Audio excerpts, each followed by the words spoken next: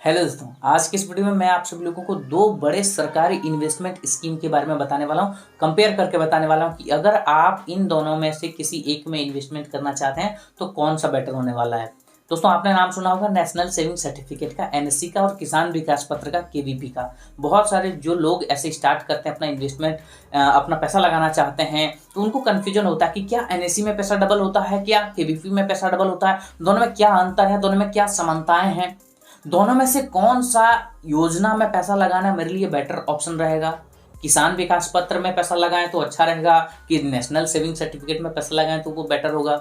दोस्तों, आज की इस वीडियो में मैं आप सभी लोगों को मैं ये क्लियर कर देना चाहता हूं कि अगर आज का ये वीडियो आप लास्ट तक देखते हैं तो आपको नेशनल सेविंग सर्टिफिकेट, राष्ट्रीय बचत खाता जो होता है, और किसान विकास पत्र में क्या क्या समानताएं हैं, क्या क्या अंतर है, ये आपको पता चल जाएगा। फिर आपको ये डिसाइड करना है कि आपके लिए कौन सा इन्वेस्टमेंट प्लान, इन्वेस्टमेंट स्कीम आपके लिए सही होने वाला है। दोस्तों, बहुत ही डिटेल से आज का ये वीडियो होने वाला है, इसलिए अगर आप अपने पैसे को निवेश करना चाहते हैं किसी ऐसे स्कीम में जहां से आपको अच्छा रिटर्न मिल सकता है दोस्तों, जैसे कि एनएससी और केवीपी का है, ठीक है ना, तो आज एनएससी वर्सेस केवीपी होने वाला है ये वीडियो, इसलिए वीडियो को लास्ट तक जरूर देखिएगा दोस्तों, बहुत ही इंपॉर्टेंट हो सकता है आप सभी लोगों के लिए। तो चलिए शुरू करते हैं। सबसे पहले बात करेंगे दोस्तों सिमिलरिटीज के बारे में, दोनों में समानताएं क्या है एनएससी और केवीपी में।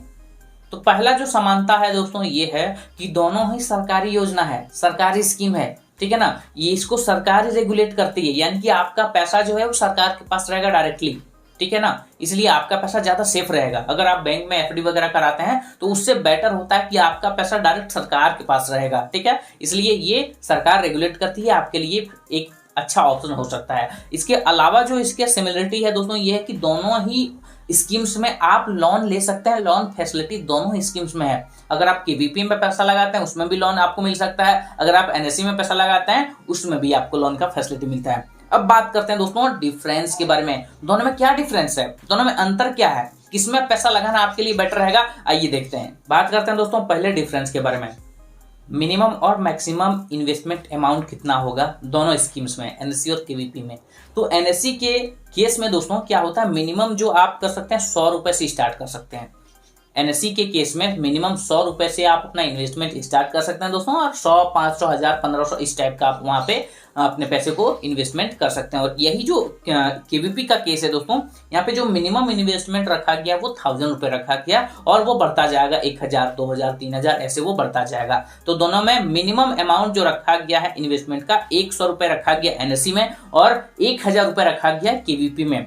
और मैं आप सभी लोगों को बता देना चाहता हूं कि दोनों स्कीम्स में ही मैक्सिमम लिमिट नहीं रखा गया है। मैक्सिमम आप जितना भी पैसा लगाना चाहते हैं दोस्तों, इस स्कीम में इन्वेस्टमेंट करना चाहते हैं, मैक्सिमम आप जितना भी 1 लाख, 2 लाख, 10 लाख, 5 लाख जितना भी इन्वेस्टमेंट करना चाहते हैं उतना कर सकते हैं, कोई भी लिमिट नहीं रखा गया है मैक्सिमम इन्वेस्टमेंट का। तो यहां से आपको पता चल गया कि दोनों में मिनिमम कितना देना होगा, मैक्सिमम आप जितना चाहें उतना दे सकते हैं।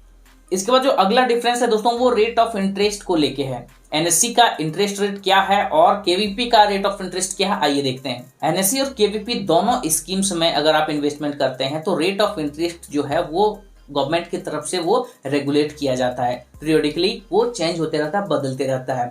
करंटली जो एनएससी का इंटरेस्ट रेट है दोस्तों, रेट ऑफ इंटरेस्ट एनएससी का है वो रखा गया है 6.8% का, और सिमिलरली केवीपी में उनका इंटरेस्ट रेट रखा गया है दोस्तों 6.9% का। मजे की बात यह है दोस्तों कि दोनों ही इन्वेस्टमेंट प्लान में अगर आप इन्वेस्ट करते हैं तो जो इंटरेस्ट रेट जिस समय आपने अकाउंट ओपन कराया है, जो इंटरेस्ट रेट उस समय करंट इंटरेस्ट रेट होगा वही आपके लिए लॉक हो जाएगा जब तक आपका मैच्योर नहीं हो जाता है ये प्लान, ठीक है ना। जो स्कीम में अगर आप पैसा लगाते हैं तो ये आपको जो इंटरेस्ट अभी मान लेते हैं, अभी जो इंटरेस्ट रेट है दोस्तों वो 6.8% और 6.9% है।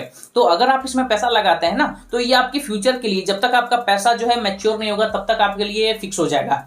घट जाए अगर मान लेते हैं 2 साल बाद वो इंटरेस्ट रेट 3% हो जाता है तो भी आपको कोई फर्क नहीं पड़ेगा, अगर वो 10% हो जाता है फिर भी आपको कोई फर्क नहीं पड़ेगा, यानी कि आपके लिए ये फिक्स हो जाता है। यही रेट ऑफ इंटरेस्ट आपको हर साल मिलते रहेगा जब तक कि आपका पैसा मैच्योर नहीं हो जाता है। तो इसके बाद बात करेंगे दोस्तों एक और डिफरेंस के बारे में जो है इन्वेस्टमेंट टेन्योर को लेके, कितने महीने के लिए हमें पैसा लगाना पड़ेगा, ठीक है ना, यानी कि मैच्योरिटी पीरियड कितना होगा, कितने दिन बाद मुझे पैसा मिलेगा।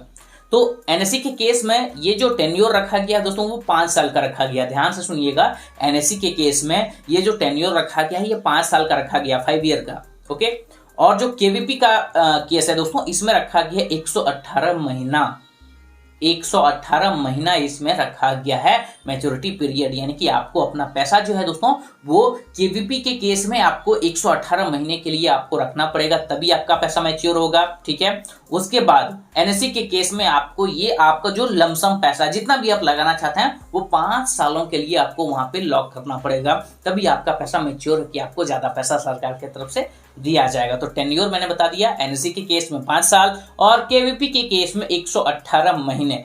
इसके बाद अगला डिफरेंस के बारे में बात करेंगे दोस्तों, प्रीमेच्योर क्लोजर के बारे में।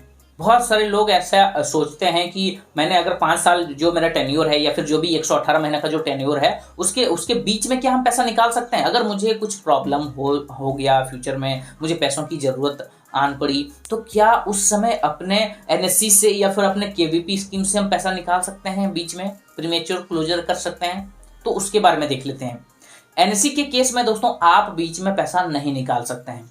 एनएससी के केस में आप बीच में पैसा नहीं निकाल सकते हैं, लेकिन केवीपी के केस में आप पैसा निकाल सकते हैं। प्रीमेच्योर क्लोजिंग का ऑप्शन फैसिलिटी आपको दिया जाता है किसान विकास पत्र के स्कीम में। ठीक है, इसलिए आपको मैं बता देना चाहता हूं कि एनएससी के केस में आप पैसा नहीं निकाल सकते हैं, केवीपी के केस में निकाल सकते हैं, लेकिन 2.5 साल के बाद 30 महीना कंप्लीट हो जाएगा दोस्तों इन्वेस्टमेंट का, उसके बाद ही आप अपना पैसा निकाल सकते हैं। उसका भी कुछ टर्म्स एंड कंडीशन रखा गया, लेकिन पैसा आपको मिल जाएगा 30 महीने बाद, यानी कि 2.5 साल बाद। तो प्रीमेच्योर क्लोजिंग का भी मैंने आपको बता दिया कि दोनों में डिफरेंस क्या है। एक में आप पैसा नहीं निकाल सकते हैं, 5 साल के लिए आपका पैसा लॉक हो जाएगा, और जो अलग केवीपी है दोस्तों उसमें क्या होता है, टेन्योर रखा कि 118 महीना। लेकिन अगर आप 30 महीना आपका हो चुका है तो 30 महीने के बाद आप जब चाहें तो पैसा निकाल सकते हैं, अलग कुछ उसका टर्म्स एंड कंडीशन रखा जाएगा। इसके बाद जो अगला डिफरेंस है दोस्तों वो टैक्स बेनिफिट को लेके है। बहुत सारे लोगों को ये डाउट होता है कि मुझे टैक्स सेव करना है तो मैं कौन से स्कीम में अपने पैसे को लगाऊं। दोस्तों मैं आपको बता देना चाहता हूं कि टैक्स बेनिफिट आपको दोनों में नहीं दिया जाता है, एक में दिया जाता है। एनएससी के केस में, नेशनल सेविंग सर्टिफिकेट के केस में आपको 1.5 लाख तक का छूट टैक्स में आपको दिया जाता है सेक्शन 80C के मुताबिक। लेकिन यही किसान विकास पत्र में दोस्तों आप सभी लोगों को कोई भी टैक्स छूट नहीं दिया जाता सरकार की तरफ से। यानी कि अगर आप टैक्स छूट पाना चाहते हैं दोस्तों तो आपको एनएससी में इन्वेस्टमेंट करना पड़ेगा, लेकिन अगर आप टैक्स छूट नहीं पाना चाहते हैं दोस्तों तो आपको किसान विकास पत्र में इन्वेस्टमेंट करना चाहिए। ठीक है ना, लेकिन अगर आप एनएससी में करते हैं तो आपको 110% आपको 1.5 लाख तक का टैक्स छूट प्रदान किया जाएगा इनकम टैक्स डिपार्टमेंट की तरफ से।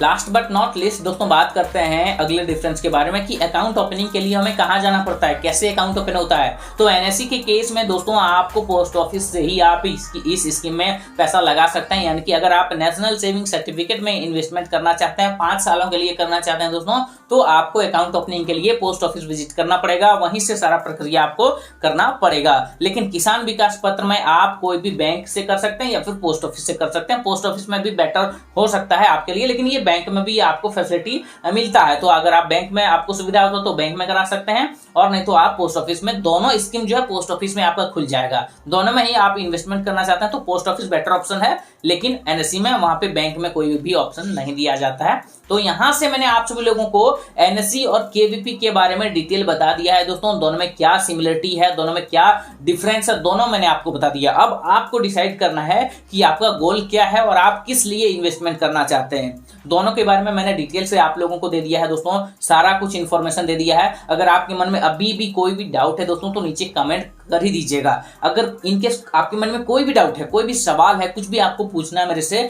तो आप नीचे कमेंट कर सकते हैं। ये आपका राइट है, आप नीचे कमेंट कर सकते हैं। ज्यादा जानकारी के लिए, मुझसे जुड़ने के लिए दोस्तों आप मेरे इंस्टाग्राम पे भी फॉलो कर सकते हैं, वहां पे भी मुझे डीएम कर सकते हैं। मैं आप सभी लोगों को रिप्लाई दूंगा और आप लोगों को बताऊंगा कि जो भी आपका डाउट है उसका सही सॉल्यूशन क्या है, उसका सही जवाब क्या है। आई होप आज का ये वीडियो आप सभी लोगों को पसंद आया होगा दोस्तों। वीडियो पसंद आता है तो वीडियो को लाइक जरूर कर दीजिएगा, और चैनल पे नए दोस्तों तो इसी तरीके के वीडियोज देखने के लिए आपको चैनल सब्सक्राइब करना पड़ेगा। चैनल सब्सक्राइब करके बगल का बेल आइकन भी प्रेस कर दें। आज के लिए इतना दोस्तों, मिलते हैं अगले वीडियो में। Thank you.